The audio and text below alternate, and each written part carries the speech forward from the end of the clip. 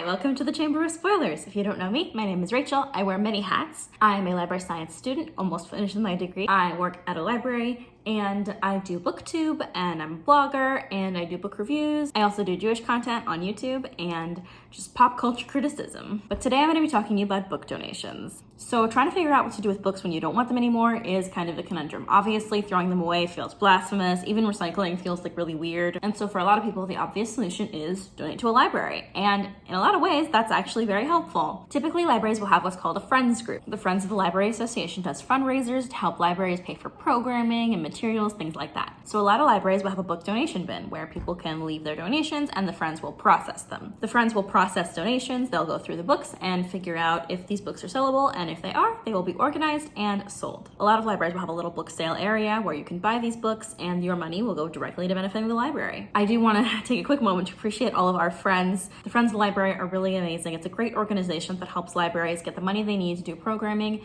that we otherwise probably could not. And I know all library professionals really appreciate the money they raise for us and the time they put in because they are volunteers to get us the funding we need. So what shouldn't you do? So here's the tea about book donations. Usually libraries have like a bin, but because for the last year libraries have been closed, those bins aren't usually out. People aren't usually coming into libraries. So people are just dumping their donations in with the regular books, which can lead to confusion because sometimes we think, oh, this person accidentally returned one of their personal books and we just put it aside and they never come back for it. And we're just like, wonder what happened with that. Here's the biggest don't that I have to offer you.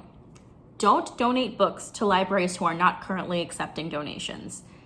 It just makes our lives so much harder. Like, if we're not accepting donations, it's for a good reason. Like, we don't have the processing power or the space to keep them. While it may make your life a lot easier to get rid of books, it will make our lives a lot harder when we don't have anything we can do with them. The second biggest don't I can think of is don't donate books that you would not buy yourself. So books that are donated are typically supposed to be in pretty good condition. This, for example, is a book that would not pass muster. As you can see, the pages are water damaged and aged. There's a split in the spine.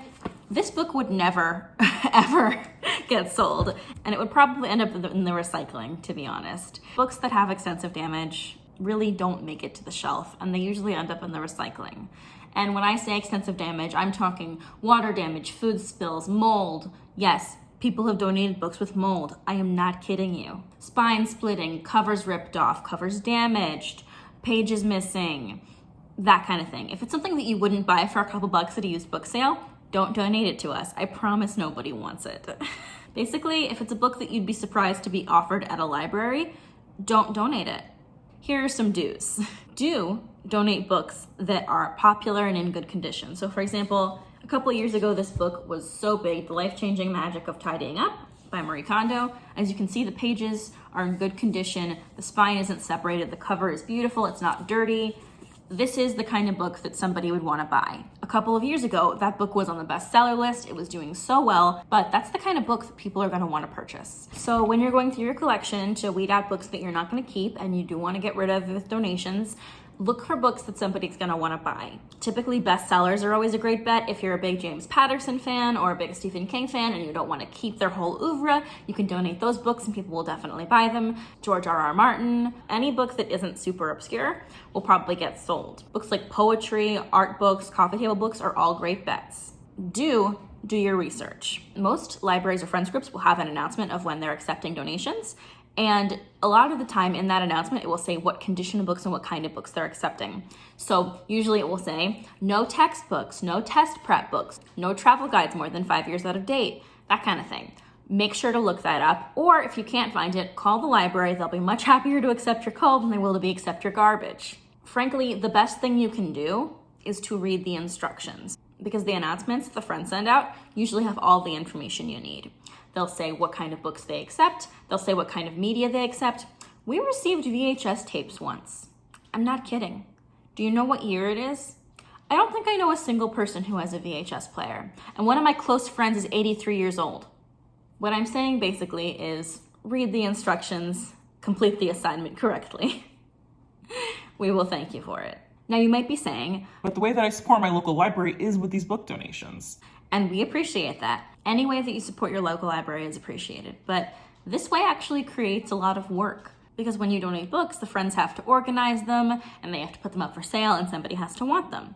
So it's taking up both time and space. And the book sales do make a decent amount of money, but they're not the best and most direct way you can support your local library. I'll probably do a video explaining the best way to support your local library, but if you do want to donate to your library, the best thing you can do is give money. I know that's not like a fun or creative example, but money is the way that you can directly show your support to your library. Even if it's just a couple bucks, most libraries will accept small donations. You can also offer recurring donations. You just have to click on their website. And while volunteer opportunities are actually pretty scarce at libraries, you can join the Friends of the Library Association if you want. You can offer to volunteer. There are lots of ways to support your local library without just giving us boxes of old books covered in coffee. I promise. The bottom line is that when you donate books, you have to do it with thoughtfulness and generosity.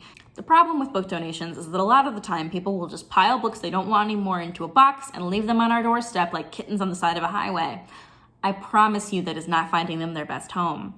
If you do have books that you want to get rid of, I would suggest either selling them yourself online, seeing if anything appeals to a friend or a neighbor who you could give it away to, or seeing if you can find a little free library near you. Little free libraries are really amazing. I'll leave a link in the description if you're interested. But they're basically just little book boxes where people can take books for free and leave books. It's really great. And while I can't guarantee your books still won't end up in the recycling somewhere, they're more likely to end up in the hands of somebody who wants them. I know that it really hurts to recycle books. I know that it hurts to throw things away. But I have to do it all the time in my job. And eventually you realize that books aren't forever as much as we'd like them to be. Like all objects, books have their times and they have their use and then they're gone.